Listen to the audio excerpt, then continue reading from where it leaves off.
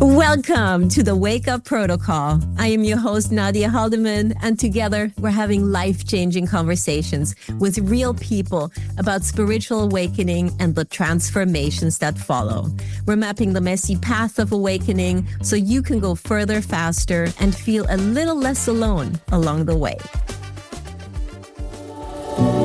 For this episode of the Wake Up Protocol, I'm joined by Zach Bloom, high-performance coach, spiritual guide, and the man who knows firsthand what happens when the religion of perfection finally collapses.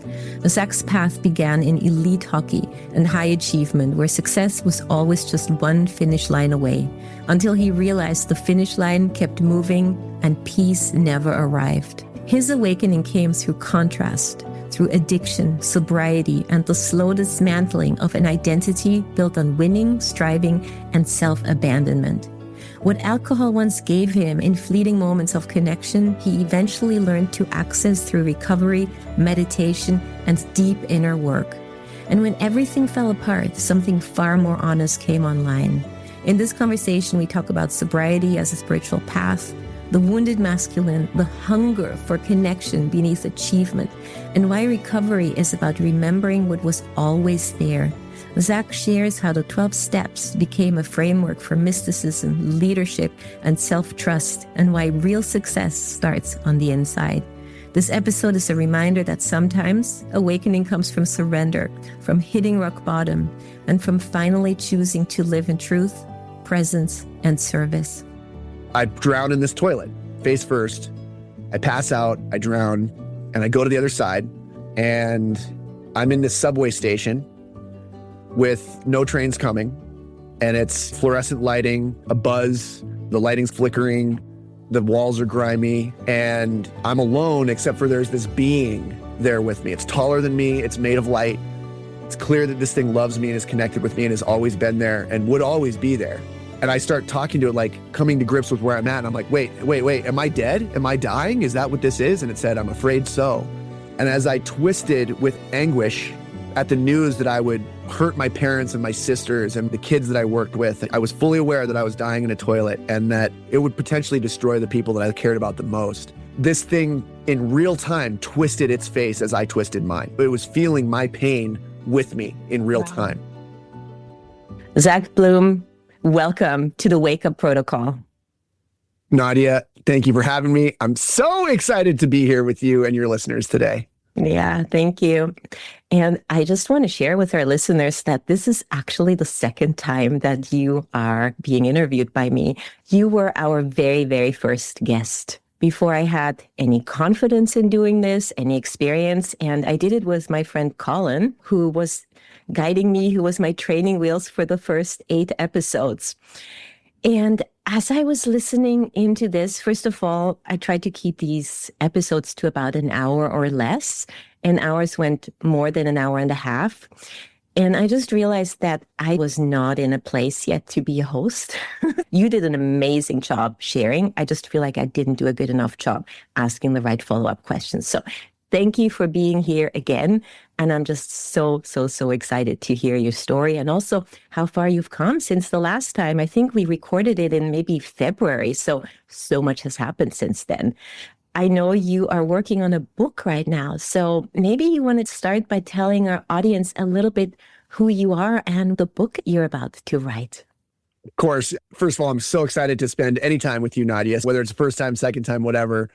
Yeah, I'm working on a book right now. I'm a high performance coach. And what that really means is I'm a life coach for people who are high performers or aspiring to be high performers. What is a high performer? It's a person who is a leader. It's a person who's kind of expecting a high level of success from themselves. Not always just in business, but usually that is one element of it. Entrepreneurs, executives, but sometimes they're athletes, and sometimes they're people that are just looking for that next level of success for themselves. And so I'm like a life coach for those people. You look at my life, it is a little bit messy, but I'm really good helping people who are already at that level with money or with business to get the pieces inside that have been bugging them their whole lives, getting some awareness of what's happening with what they really want in their lives and how to create unconditional peace of mind and unconditional happiness, unconditional love, and to hold joy and be in that space every day. As you're saying that, I've experienced you in person. We met at a retreat about a year and a half ago. And you have this really beautiful, confident, inspiring presence. When people are around you, you just kind of are a catalyst and you're lighting things up. And I'm curious how you got to a place where you have access to those kinds of people, because you said high performers, they're probably financially very well off. What in your life brought you to that place that you were connecting with them and that they see you as a guide to help them achieve the next level of success? Well, man, I have had, so spiritually, we're on a spiritual podcast, right? There's a lot of things that lead up to having a sense of spirituality. And I practiced a lot of religions. I was a practicing hockey player for a long time. I was a practicing perfectionist for a long time. I was a practicing high performer, where I thought what that meant was, when I get to this finish line, I'm going to have the feeling that I want to have, whether it's a straight A report card or a national championship or the first year of success as an entrepreneur. And what I found in each of those cases was I crossed those thresholds into this very rare era that very few people had tasted that level of success. I won national championships as a hockey player and as a coach. I was a Division I athlete at the University of Denver. And I got into the world beyond that, and I fell flat on my face. And, those religions of perfection and those religions of I'll wait until I am at a certain spot to be happy, that sort of thing, it all collapsed. I kept moving the finish line, and so over the course of many years of being a high level hockey player and playing at a level where there are guys that I think a couple of them are still in the pros, wrapping up their hockey careers. I coached elite level hockey. Some of the kids that I coached in elite level hockey are now in the NHL and high levels of pro and college. And so I'm around them and their parents are usually high performers. Hockey's a very expensive sport. A lot of them are very well off, high earners, high achievers. And then also I'm sober. And so now a lot of the people that I work with are sober, but they're successful in other areas of their life. And so now on the other side of sobriety, a lot of times they're looking for a transition because they've been doing something that they were drinking to shore up how out of integrity the whole thing really was. Oh, wow. And they're drowning out those feelings of I'm not enough, or this isn't the right thing, but I'm making $1 million a year, so I can't quit it. Mm-hmm. Yeah. So it's a strange diaspora of people that I get in contact with. But yeah, there's everybody can be a leader. Amazing. As you're sharing that, first of all, yeah, it makes sense now why you have access to those people, because you actually were playing in that league. And through that, once you're getting into a community of people, if you're a connector, the connections continue. But you're talking to a couple of other really important things here. One of them, that religion of perfectionism, which I've never actually thought of it like that, but wow, is that ever a thing? And that trying to get to that next level and thinking that once you're there, everything is fine, and that actually not quite working. And also you're talking about becoming sober. So I wonder if there's a correlation between drinking alcohol and that desire to get to that next level of perfection, and realizing that it's like a hamster wheel. You're never actually getting there. Can you maybe talk a little bit to that? And is there a correlation, or am I seeing that right? 1,000%. You're totally seeing that. So my philosophy of life today is everybody wants the same 4 things. And those 4 things, there's a lot of synonyms for what those 4 things are. But I found in the 12 steps some version of those 4 things. And so in practicing the 12 steps for the first time, I had like a working philosophy that helped to bring out what it is that I wanted. Everybody has a thing that they want, has a bunch of stuff that they want, but they're not connected to what that is. They're not aware of it. They don't have a framework to talk about it and bring it out up and out into the world. And they suffer terribly. And so in the 12-step rooms, you might hear recovery, unity, and service. And the 4th thing would be, if you break recovery into a couple different pieces, recovery is a word that means a lot of different things. Recovery means healing. Recovery also means finding something that was lost, maybe a lost part of you or an earlier part of you that you learned to suppress, like people around you suppressed that part of you. The crying child couldn't be crying at that moment for whatever crisis was happening in the household at the time. So you learned to suppress that cry as well. Yeah. So there's a finding element. of recovery and also a growth element of recovery. So when you break recovery down, there are multiple parts. So people want recovery. They want to heal. They want to grow. They want to find lost parts of themselves. What comes from that is this element of connection, spirituality, unity, oneness, intimacy, and belonging, all kind of under one roof of connection, which leads into when you're feeling fully connected because you've recovered and because you've healed and because you know how to grow and grow towards what? Well, the next one would be towards your service and your contribution and your meaningful pursuits. That it's not just the meaning that you want, but it's also the pursuit. I was really good at pursuit. I was not good at meaning. Most people I work with are actually really good at meaning, but they've lost the pursuit. They're not dating their significant other anymore. They've gotten wrapped up in the identity that they have in their workplace, and their relationships are suffering, or their health is taking a back seat. They put their health in the back seat thinking that they need to suffer, having a belief template that they need to suffer somewhere in their life. So they're just swapping out which area so they can keep on having this identity that's bringing some sense of those things. And so here's the cool thing. Drinking also does that, right? So I'm saying, 3 things or 4 things here, but when you drink, for me, the first time I drank, the real thing was it gave me a spiritual experience right away. It gave me this sense of connection right away, like I'd never had with myself. This part of me that was funny, that was lonely, that could be the life of the party, that wanted to raise his hand every single time the teacher asked a question, but didn't want to be labeled as a nerd because I was a jock, but I wasn't a jock, so this scared little being inside that wanted to come out. When I drank, that guy came out and he made the party better. And he had a higher level of service than he'd ever had. He was making the world better for the people at the party. He was able to make any friend with anybody. He was able to talk to girls when he was tongue-tied before that. Didn't feel good enough to talk to this beautiful being.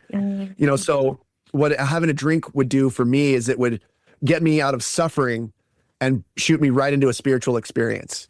Wow, so that's fascinating. I've actually never thought of it that way. For me, alcohol was always a way of numbing, but not actually entering into spiritual experience.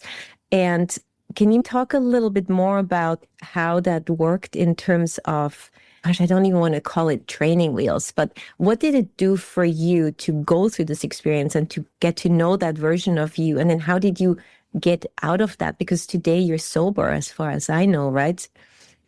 That's right. Yeah, I'm coming up on 10 years. So maybe by the time this airs, I'll have a 10-year chip. Congratulations. Thank you so much. Yeah, and you talked about numbness. And I would say my experience of what a human being is we're grown in complete intimacy with another being, with our mommies. We're grown in complete love. We don't need for anything. We don't want for anything. Everything we need is already provided for us in total relationship and total connection. And then we have this huge oxytocin dump as we're born into this world. Mother and child are linked with that oxytocin. And then we have a whole lot of suffering and acculturation that starts to happen of like, okay, what is it to be outside, to have my own body and to have my own needs? And how do I communicate those needs? So there's this way that we are born into being, in this physical being of intimacy and belonging and connection. And so when we lose that, when we are now this separate body that we have to learn how to get our needs met with crying or behavior or attention or whatever little babies and little kids are doing to get their needs met, that crisis later on, I learned when I drank, I would numb to the pain that was happening around me in my life. And I would feel that underneath intimacy and connection and the everlasting arms holding me, and it was this nice warm feeling. So to me, I feel like connection is our state of being. We are connected. Our unconscious mind is deeply connected. The collective unconscious holds our unconscious mind. So we have this connection, but we are so focused with our conscious mind on all of these very important, painful things happening in our life and keeping those things that happened that were painful from the past from happening again, and this constant job at busyness. And so drinking and doing drugs or womanizing or whatever it was for me, it was a way to numb what was painful in my life, where I felt like I was falling short. I wasn't good enough. And it helped me to feel that sense underneath it already. So fast forward. And at first I would say it shot me right into 12 steps. We call it. I went from step 1 to step 11 with a few drinks. Step 1 is the suffering. Step 11 is the spiritual experience. Mm-hmm. So I'm having this spiritual connectedness, oneness, unity, and I don't have to do any of this growth that happens in steps 2 through 10, character growth and going inside to look at what's bothering me about me or about the world or whatever, whatever those messages are. I could go right by that and numb out the pain and go right to the spiritual experience. And the thing I got hooked on, Nadja, was it took me to a higher level of service, contribution, and leadership immediately. Those first 100 times that I drank, I was a better version of myself. Yeah. I was a more complete identity. And that was the thing that hooked me. Now, the thing that brought me down ultimately was, so I got hooked on this religion of when I do this set of actions, it gives me this spiritual experience. Yeah. And therefore, I'm at a higher level of service. But over the course of time, of course, I was spiraling downward with my level of service, where at the end, I needed a few drinks to get on a phone call for recruiting. So I'm slurring my words with people that I'm trying to recruit onto whatever team I'm on, and embarrassing myself and debasing myself. And I'm not getting the results that I want anymore. And so deep down underneath, I was still getting the feeling that I desired, but it wasn't the amount of alcohol that I needed to get that same feeling, because of this tolerance effect was nearly killing me. And I had to start sacrificing parts of my life. I had to stop paying certain bills so I could afford alcohol. I couldn't go for certain jobs or careers because I'd have to show up at 6 a.m. sober. And I couldn't do that at a certain point anymore. So it was a humiliating experience to stay with this old dead religion that was still giving me the feeling that I wanted, but not in as high a quality a way.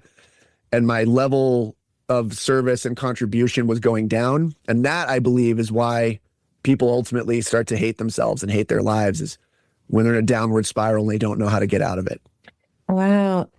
I have really never thought of alcohol as a spiritual experience. And it's so fascinating how you're explaining that. And it seems like it was almost a hack. You had an ability to go into that state by drinking a little bit of alcohol, or I guess at some point a little bit more than that.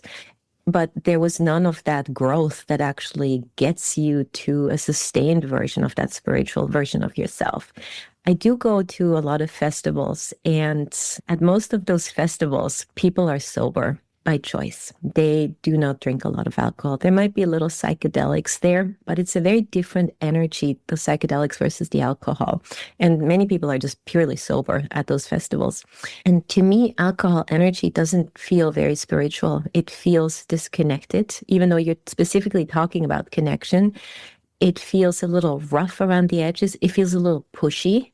There is no give and take, no sensitivity of asking for consent. It's just like, hey, here I am. This is what I want from you.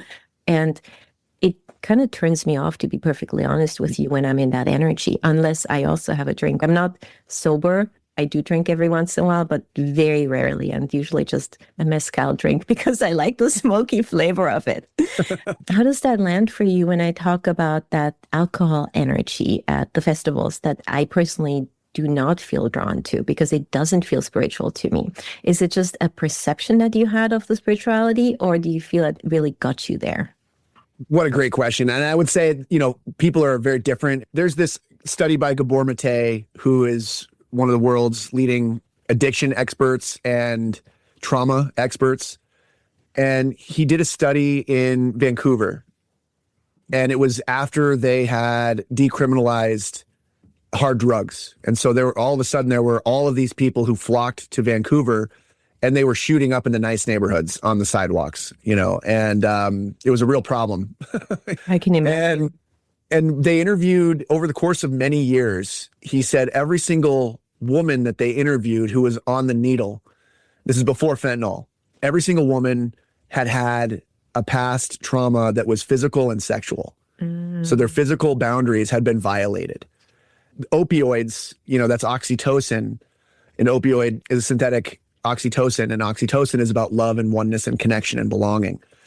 And so when your physical being is violated, and this, especially in these parts that are meant for the deepest, closest levels of intimacy and love and connection, this was a way to reclaim that. That space is what the working theory was. So it's not about why the addiction, it's more about why the trauma, what happened. And Gabor Mate also draws this out, which is just brilliant, that trauma is not about what happened. It is about being alone in the aftermath of what happened, that people are incredibly resilient and can heal magnificently from the most horrific things if they have connection with someone who can create space for them to unpack it and understand the meaning of it and the acceptance of it, to grasp and grapple with the darkness and the light within them via this experience. And so I would say, coming back to your question, for me, I had a lot of self-pity. I had a lot of, growing up, my earliest memory was that my parents were lying about the marriage and the love, that being authentic. They were performing love, but they didn't really have it for each other. And the marriage was in trouble at that point. I woke up early one day and discovered my parents crying and totally disassociated.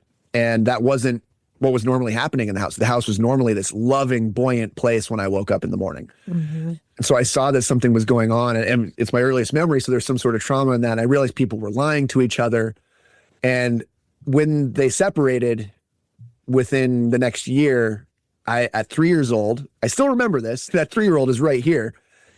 I knew that it was my fault. Of course it wasn't. Oh, But I knew that it was my fault because I could see it, and I could see the problem. The diagram was they had lost connection with themselves, so they couldn't be connected to each other. So that the pipeline of love that courses through a human being, wherever it comes from, it does come through us.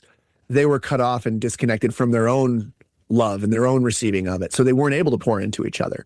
I knew what the problem was. I knew I could help them see how amazing they were and turn on the love again. I knew that I could do that, but I was 3 and I had very limited ability to affect any of that. I laugh, but that was the great tragedy in my life that I didn't understand was really happening. And so my job was I had to get them back together, and I had to save the world. And I had all these very big hero complexes. I was very smart, but kind of like OCD smart, like turning light switches on and off until I realized, oh, that's crazy. Me trying to control reality from the inside out, and so that I could have safety, so that I could stitch back how that love had pulled apart, and that was what was holding us. And now the family was in free fall. So for me, alcohol felt like it all stitched it back together. Yeah. Like everything was okay. Like chemically, I didn't need to do anything. I already had everybody's approval. Everybody was back together because I could feel it. It was a chemical. You couldn't put me into a bad state when I was drinking. Yeah. So that's what it did for me. So different drugs for different people based on unhealed trauma, unaddressed things that they were alone and unable to process. I think that's where it hit for me. Yeah. And it sounds like you were probably one of those happy drunks that really went out for connection and people liked to be around, versus there's also the belligerent drunk, which is a very unpleasant experience. Yeah, interesting. What was the turning point for you that made you realize that alcohol is no longer the way forward? There's a lot of little moments that happen along the way. Do you remember the movie Whiplash? So beautiful movie. If you haven't seen it, definitely check it out. It's about this young phenom with an unbelievable talent for the drums, jazz drums. And he's enrolled at the top conservatory for music college. And the mentor teacher there, J.K. Simons, a bald, angry man, which I'm a bald guy, but but he takes it upon himself to mentor this young Andrew Naiman is his name. Miles Teller plays him, to push him to the point of breaking. I got goosebumps talking about this because in the last days of my drinking, the last few months, that movie had come out and I would watch that movie. I watched that movie like 100 times in my last 6 months of drinking. Wow. And there's this amazing scene at the end where the whole thing kind of comes together. And the more I watched that movie, the earlier in the movie, I would start to cry. And I started to get in touch with, like, these are two archetypes that were existing inside me. This angry, bald guy. I was bald at that point. I was starting to, I went through this whole, you lose your hair and you got to grow a personality, because I was like this good looking guy, but I didn't really know that I was good looking. I hated myself. Right. But, and I lost my hair and I was drinking hard and I was womanizing. And then I ended up in this relationship that was pretty unhealthy. And I would go to my friend's apartment in the same building. He was my drinking buddy. And I had a key to his apartment so I could go and like hide out there from my girlfriend when things got too hairy from my drinking and weed use. And I'd go and I'd hide out at his place and I would watch this movie and I would drink and I would cry. And I was just starting to feel this tragedy. I do have some of these gifts. I've met so many young people that have all these amazing gifts and they don't know what to do with it. They don't have a framework. They don't have a philosophy that really works. That they went to church maybe as a kid, or they're offered some things in leadership, but it's just not taking purchase with what's really happening for them on the inside. And I was one of those guys, and I was watching this. I was this high-performing hockey player, but I didn't really feel like I fit in with any of my teammates, very few of them. And I was this leader, but I didn't fit in with those leaders and the guys that were in that corporate setting. And I was this student, but I didn't fit in with the students, the nerds as either. Like I was kind of something different. And my brain was always telling me I was different for sure. And all of a sudden, I was having this experience of this young phenom who's just alone with himself and his drum kit, and he's just pushing himself and pushing himself. And he has this insane voice that's just driving him to the point of breaking. And ultimately, he does break. And when he breaks and when he surrenders and when he gives up, it all comes back together again. The thing that he could be was reassembled in this way that it needed to be broken before it could be assembled in the proper order and sequence for this greatness to actually shine. And so the tyrant and the young phenom work together. And all I can say is that was what was happening for me in those last days, and it ended in a very bad drunk in Vegas where I lost time and I got thrown out of a bar. I think I barely remember. I was violently ill. Like I probably should have been hospitalized the next day. Threw up on the airplane the whole way home. But I started to I was broken down to a point where I could hear this thought in my head, and it was my conscience. And as I was this sick, I was like, well, maybe I can say that I was dosed. We're drinking with some Russian gals, so maybe I was drugged. But this little voice, this little conscience that usually was drowned out by the other noise and bullshit happening in my head said, what's the difference between how you drank this night in Vegas and how you drink every night in Denver? And I could hear it because I was so weakened physically, so ill. I had a stomach bleed, apparently. Somebody told me later based on what was coming out of me. And so I was on my way to death. And in that place, I could hear this conscience letting me know. And I was with a friend, and he was driving me back from the airport, and I was shivering underneath covers. It was almost 10 years ago today. It's like the December 6th in 2015 was my last drunk. Wow. And I was under blankets and stuff, shivering in his car. And he goes, well, dude, maybe take a few months off drinking and get your resume together and get it back out there. And and then maybe in 6 months, let's go do this again. These were my friends at the time, and a great guy, by the way. And for some reason I said, I don't think I can do this again. That just came out of my mouth. I didn't mean for it to. And I had weed at home, and I ate weed for about 6 weeks. And I realized I was doing the same thing with weed edibles that I was with alcohol. And I had to finally face this potential, even if it would kill me. Wow. And that was the turning point for me. Yeah, that sounds like a huge pivotal point for you, where you really went rock bottom and had to discover things about yourself that were hidden, and coming to a conclusion that a new reality needs to emerge if you want to continue living. It really sounds like you were close to death in that moment. I remember you also talked about meeting Jesus. Do you want to go a little bit into that too? And where in the timeline does that fit in? That was a couple years prior to that night in Vegas. And yeah, so this is wild because I've also had a couple cool things happen since our last conversation. So when I was around 30, I don't even remember the year, basically drinking every night for the last 3 years of my drinking or so, until I was 33. I got sober at 33.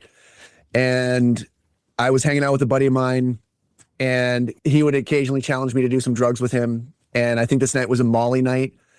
And I was okay with drugs. I was fine with them, but I was an amateur because I just wanted to drink. And I could drink about twice as much if I was on cocaine or Molly.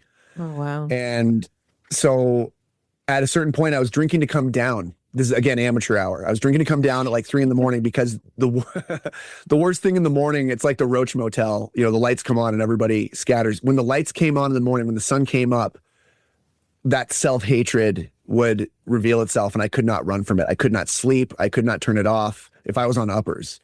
So I didn't like doing drugs a whole lot, but I would do them occasionally. And so I was drinking to come down to go to sleep, and I started getting sick instead of falling asleep.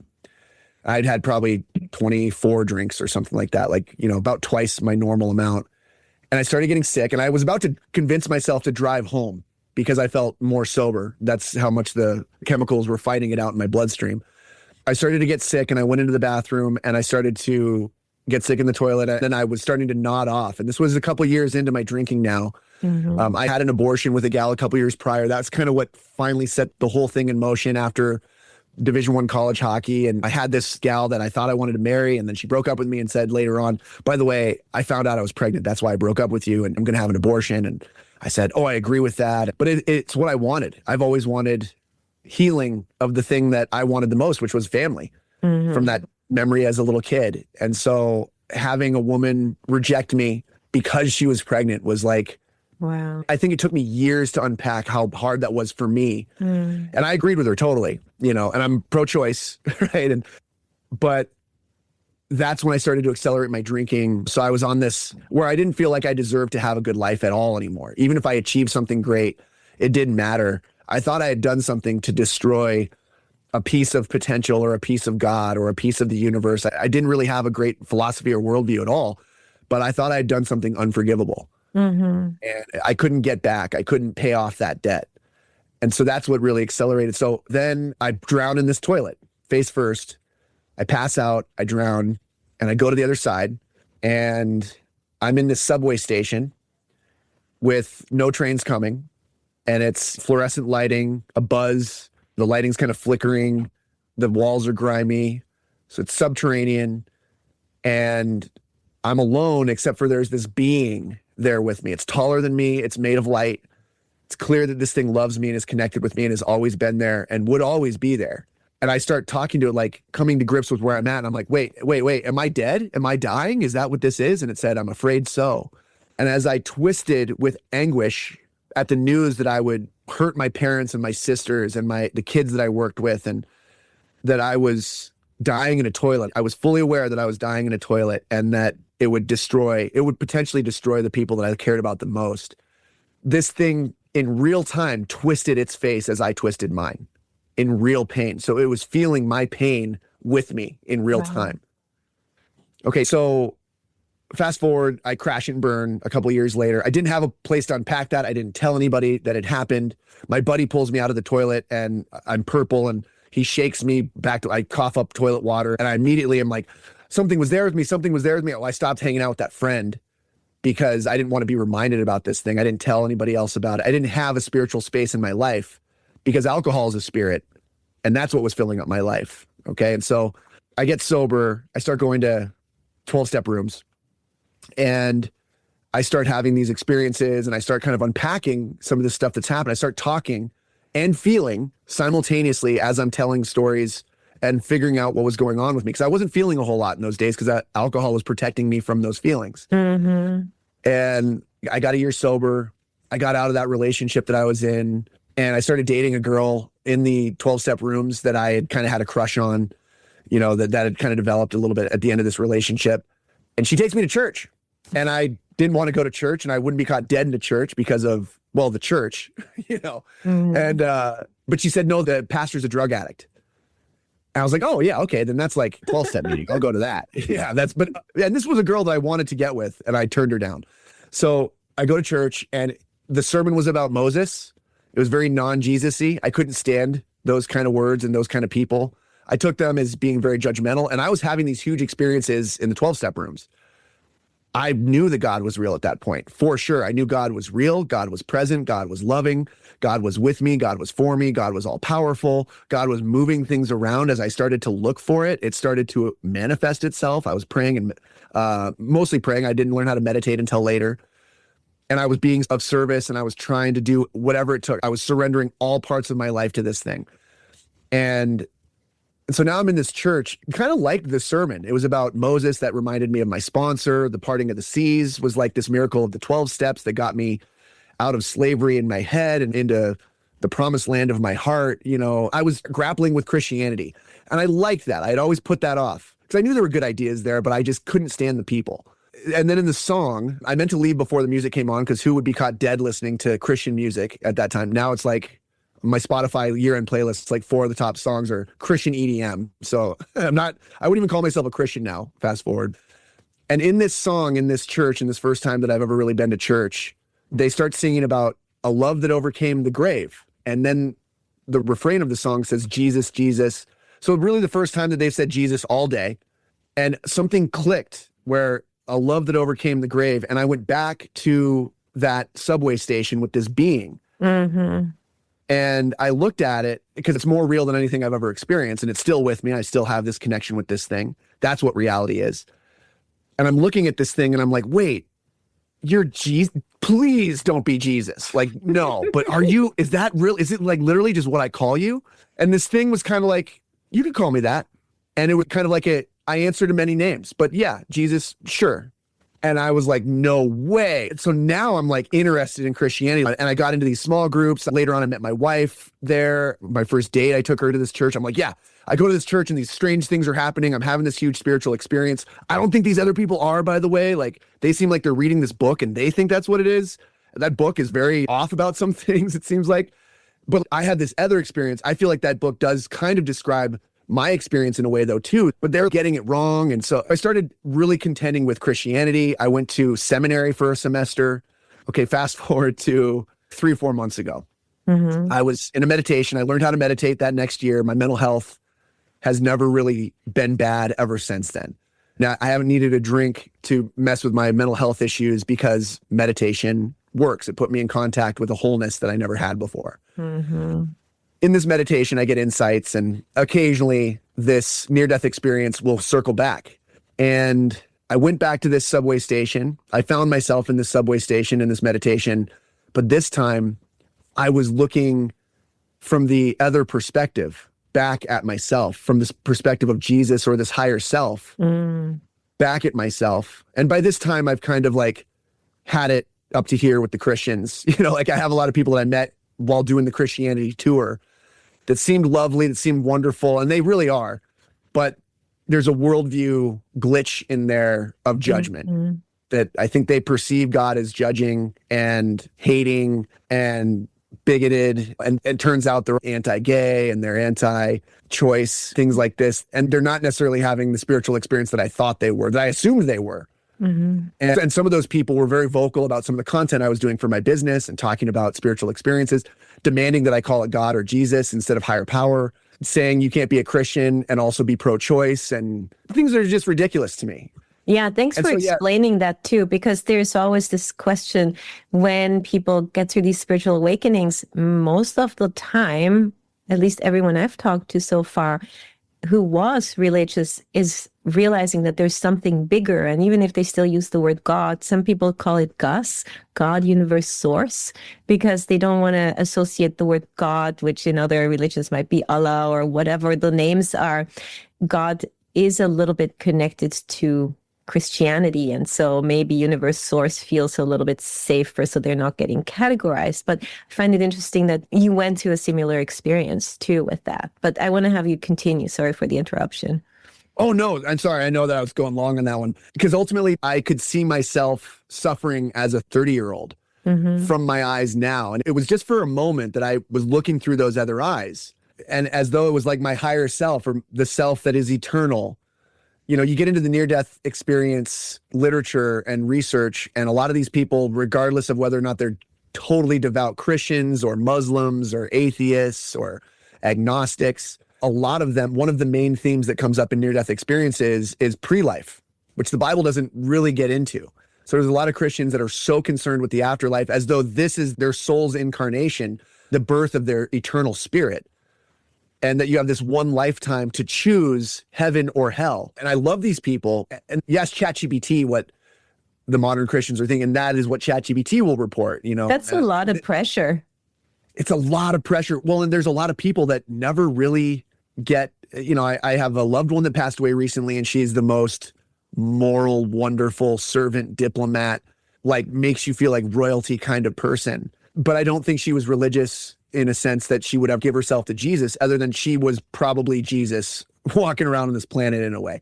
She was connected with her Christ consciousness, that, you know, spirit that anchors us in the soul so that we can actually have this experience here and come here to suffer and grow. And what do you do in an environment that you can't have any suffering in? Yeah. You know, that it's all made of light and it's all amazing. You can go anywhere, you can do anything, you can hang out with anyone.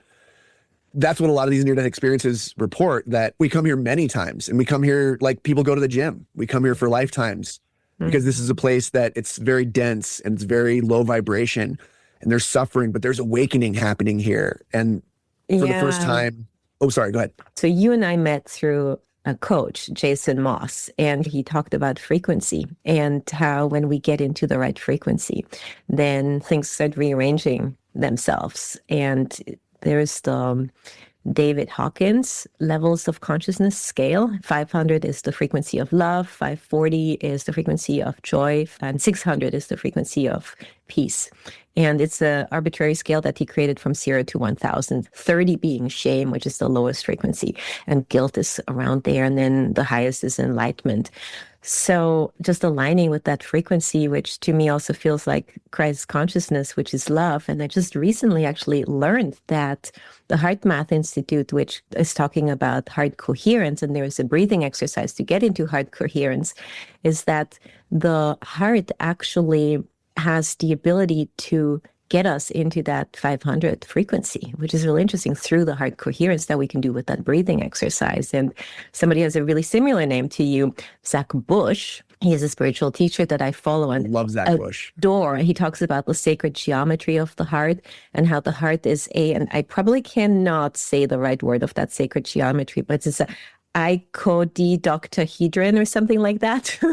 And it's that geometry that's really powerful. And it's the same geometry as a black hole. And it creates this torus energy that gets us into that vibration of love. And it's also a way for us to connect through the quantum field with everything that is, because time and space and all of that is actually all happening all at once through all the dimensions and all the timelines. And so to me, that love, coming back to that Christ consciousness energy, feels like that's exactly that. It's that 500 frequency. And once we're there, stuff starts to shift and turn around. And it really feels like that's what you got to through the alcohol. Again, we all are starved for connection in this world that we're currently living in. It's getting increasingly harder to find that true, deep human connection with all the social media and everything we're being bombarded with. But coming back to that connection, coming back to that frequency of love. And then what can we do once we're in that space? And how can we start showing up in our highest version? I know you've gone through a massive transformation in your life, and you are a different person. So I'm curious who you are today and how your life has changed. Well, you know, that's such a great question. Who are you today? And today I have tools to know who I am. So I sat in meditation today, and boy, there's so much power and curiosity and joy and light and intention deep within me. There's this great power. There's this great reality right deep down inside of me, which is a Christian message, which is an Alcoholics Anonymous message. The 12 steps are really a framework for mysticism, you know, is what I found. And so I would say it's more like early Gnostic mysticism, pre-New Testament being written, you know, but it's a framework for knowing myself. And if I can know myself, I can lead myself. And if I can lead myself and know myself, perhaps I can know and lead others. So I've had a lot of healings within the 12-step work where I realized whatever I believe here is going to happen here. You know, and that's, my cake got smashed. I smashed, you know, life or me or whatever smashed my cake, but then I got to see all the ingredients and how it was made. And I said, oh, those are just all my thoughts. You know, so once I started to get my thoughts on paper, I saw I was afraid of being a piece of shit. And I was living a life that was kind of like a piece of shit. I was hurting people that cared about me the most. You know, I was very selfish and I didn't want to be self-centered. I just couldn't stop being self-centered. And now I've got tools to go the other way with it, like to be God-centered, other-centered, spirit-centered. And that's a daily practice. And there's some binary in that. I was very resentful. Now I know the dirty work of forgiveness and how to actually show up and do forgiveness, like to change my internal mind. If I'm thinking in a way about somebody that is anything but loving, then I'm carrying hatred or judgment or vitriol. And what happens to me is it toxifies me. It makes it self-hatred and self-vitriol and self-judgment. The word toxifying, something really interesting comes up. What I'm hearing from you is that you really healed the wounded version of yourself, the wounded masculine, and got into a version where you're able to self-regulate, self-reflect, self-love, all the self stuff that's so important so that you can start running your life in a way that it's in alignment with your truest nature, in a way that you feel good and you make everybody else around you feel good. And I have a friend, and we talked about the toxic masculine, and you just said toxicity or toxic something. So that came up for me. And he said, I don't like to call it the toxic masculine. I want to call it the wounded masculine. And that's really truly what it is. So there's that core wound. And then there is probably toxic behavior that comes as a result of that. But the actual cause of it is the core wound. And it's a wound that happens in the masculine and in the feminine. And when we start seeing that from an observer perspective, then you can start really becoming the driver of your life. So you also are in the process of writing a book right now. Can you tell us a little bit what that's all about? I'd love to. So I've been calling it Recovery Roadmap, but there may be an intellectual property hang up that we have with that. So it might be a different name when it gets published. But I've given some seminars about this and the roadmap of how to get sober. Mm-hmm. What are the 12 steps? It's still the number one most successful way for a person to get sober. And there's a way to do it. If you do it fast and you start helping others right away and start teaching others the framework, it doubles your chances of success in sobriety, that you'll get a year. If you start sponsoring in your first year, you go from 20% success rate of just engaging with the 12 steps to 40% success rate. So I believe big time in leadership, becoming a leader right away. So I've understood that what the 12 steps are and what the recovery rooms are is a leadership training. And the same things that work for my CEO clients who, I've used some 12-step stuff with them. They're not addicts or alcoholics in the traditional sense. We all have some addiction at some point in our lives usually. But we'll start doing what would be a 10th step, which is rigorous self-honesty of facing myself on a daily basis and going, hey, where have you been selfish, dishonest, resentful, and afraid in your business? And that's a 10th step. Those are the 10-step questions, which is to face myself. Where am I the most out of line in my life? And I'm unconsciously keeping that from myself because I don't want to get baited and sent out of this tribe. What I found was by doing regular things like that, when I was first coaching, some of these guys grew their businesses 50 or 60% in a year. I was learning all the coaching modalities at those times were very similar to the 12-step modalities. Now, Tony Robbins is an institution now. The church is the institution. AA is the institution. And when something becomes institutionalized, that movement excitement that really helps people is lost. And so it's a return to what are the roadmaps that work and how can you get those in your hands now? Demystify the 12 steps. Demystify religion and get right to the spiritual. There's a real ethic of spirituality on a daily. It has to work to keep them from drinking and doing drugs today. Mm-hmm. They have to be in heaven today. So each of these three areas is to me, it's become the institution. And when it becomes the institution, it's not exciting and it's not life-giving. And there are people who are losing out because of that. So the thing that I'm really doing right now is I'm running seminars for people in recovery to give them the tools of getting through the 12 steps quickly, to become a sponsor that takes a lot of people through the steps quickly.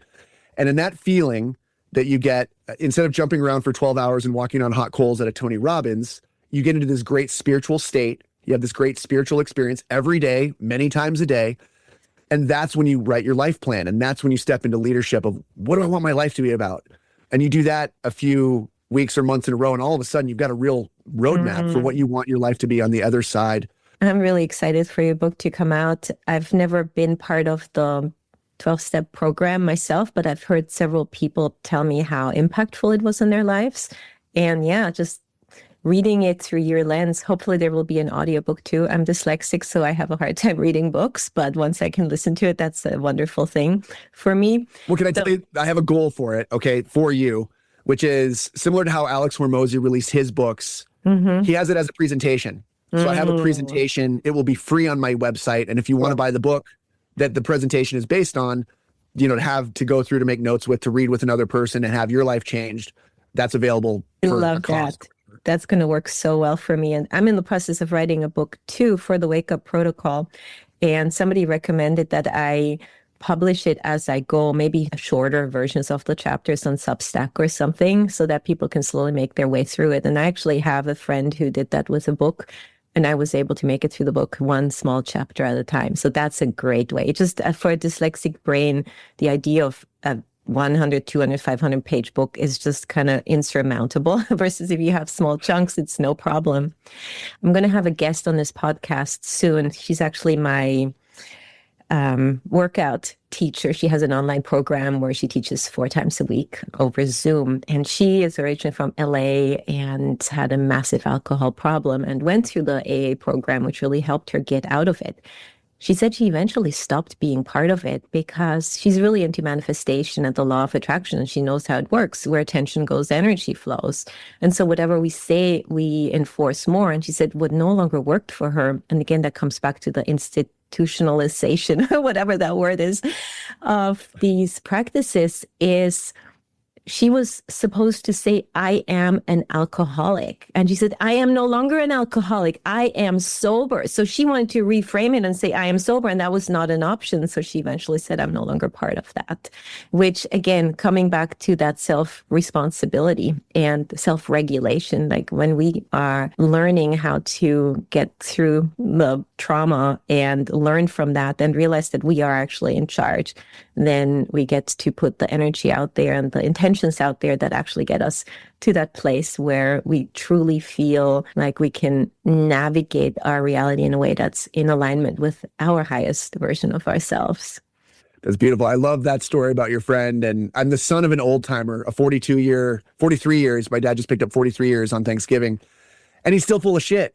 And he's very open about that. And in terms of being like in the messy middle, his whole philosophy is about imperfection. Mm-hmm. I'm imperfect. Here's how I'm imperfect. And that imperfection is the angle in to the spirit inside of you, you know, in admitting where you're imperfect today. I love and that.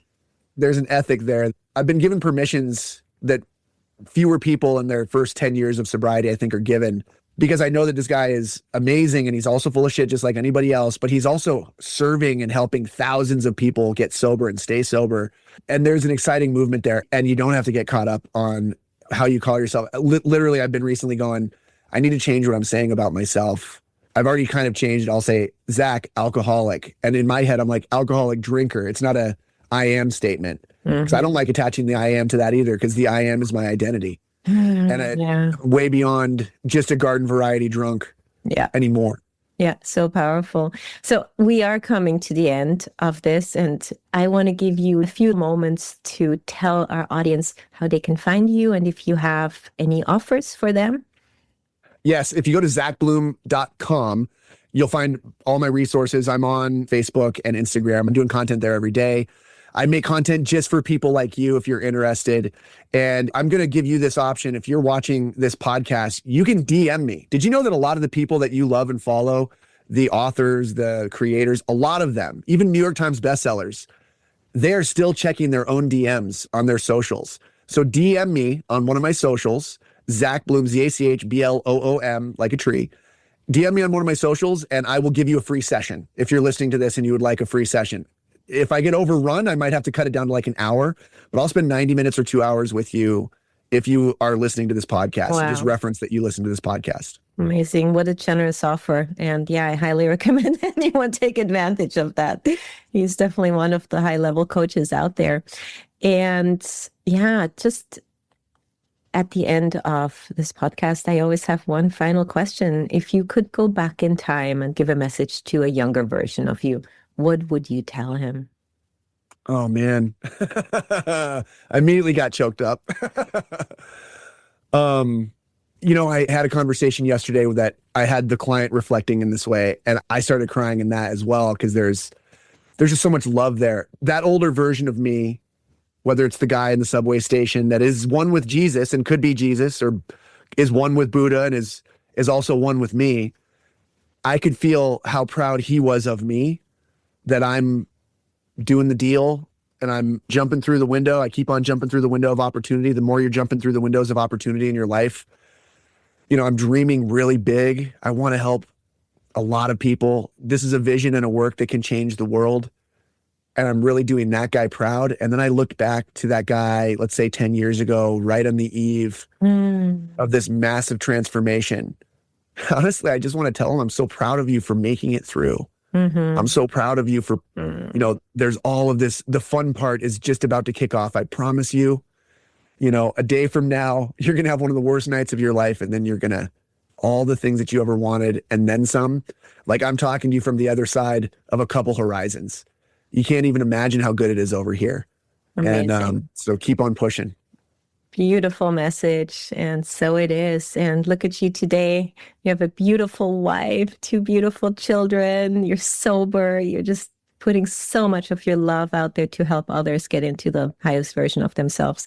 Just so grateful that our path crossed at some point in our lifetimes here on this amazing planet called Earth. And thank you so much for your vulnerability, sharing your truth with everyone so that we can hear what's really going on behind the closed curtains in many people's lives. Really, really appreciate that. Thank you so much, Zach. Thank you, Nadja. Thank you for doing this work that you're doing in your movement and helping people wake up and find the protocols to do that. You're an amazing, bright star in the universe of enlightenment, and many blessings to you, my friend, and to all of your listeners. Thank you. Thank you so much for tuning into the Wake Up Protocol. If you like what you heard, share this episode with 3 people who need to hear this message. And if you want to go deeper, head to thewakeupprotocol.com and sign up for our email list. That's where we share behind the scenes insights, bonus resources, exclusive invites, and the kind of guidance we only send to our community. And if this is the last thing you hear from us, all we'd like to say is keep going, trust yourself, follow your heart. Until next time, have a safe and happy journey.